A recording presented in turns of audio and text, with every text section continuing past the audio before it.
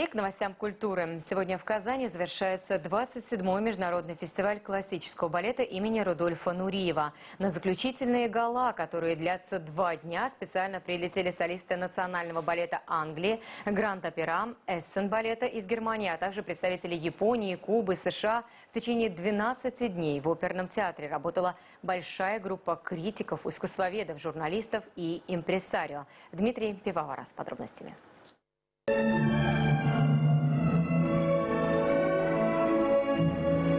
Мэтры сцены и новички, признанные во всем мире Этуаль, и артисты, чье реноме непоколебимо. Герои светских хроник и рекламных роликов. Новое поколение Циркпсихора в этом году словно соревновалось по поводу сценической совместимости вечной классики и современной хореографии. Надо отметить, что победила утонченная классика, основы основ. Это как-никак лицо элитарного искусства. Физически можно все станцевать, но именно вот вложить и передать дух, и вот этот контакт с зрителем, как-то энергообмен, это очень непросто.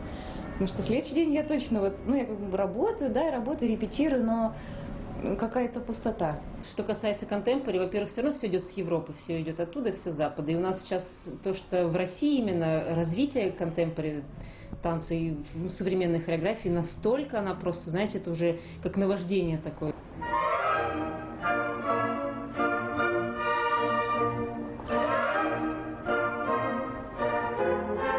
16 номеров гала-концерта, классические ПДД, характерные танцы, пластические зарисовки и композиции в стиле модерн. Среди хитов есть свои традиционные узнаваемые фишки, есть и настоящие эксклюзивы, которые можно увидеть только раз в году. Я первый раз на этом фестивале, и когда я сюда летел, мне многие сказали, нужно работать здесь хорошо, это достаточно серьезная штука. Я американка, но я здесь работаю в России. И очень классно здесь увидеть на этом фестивале сочетание очень много стран, которые это вот именно ученики, которые приехали изучать русские школы.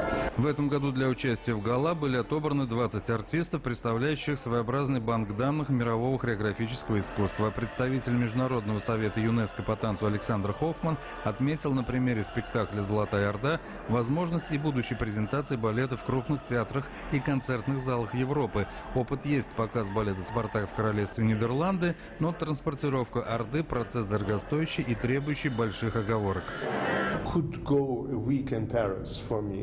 Что касается «Золотой Орды», то это не фантастика. Это может быть хорошо подано, например, в крупных европейских странах, будь то Париж или еще ряд стран. Я думаю, что мы получим полный зал. Фестиваль по-прежнему привлекателен, вопреки порой дотошному анатомированию со стороны критиков и повода найти черную кошку в темной комнате. Многие приходят сюда с разными целями – унюхать скандал или получить эстетическое удовольствие. Как-никак в нашей стране каждый имеет право голоса, не так ли? Дмитрий Пивоваров, Альфред Камилевский, телеканал «Эфир».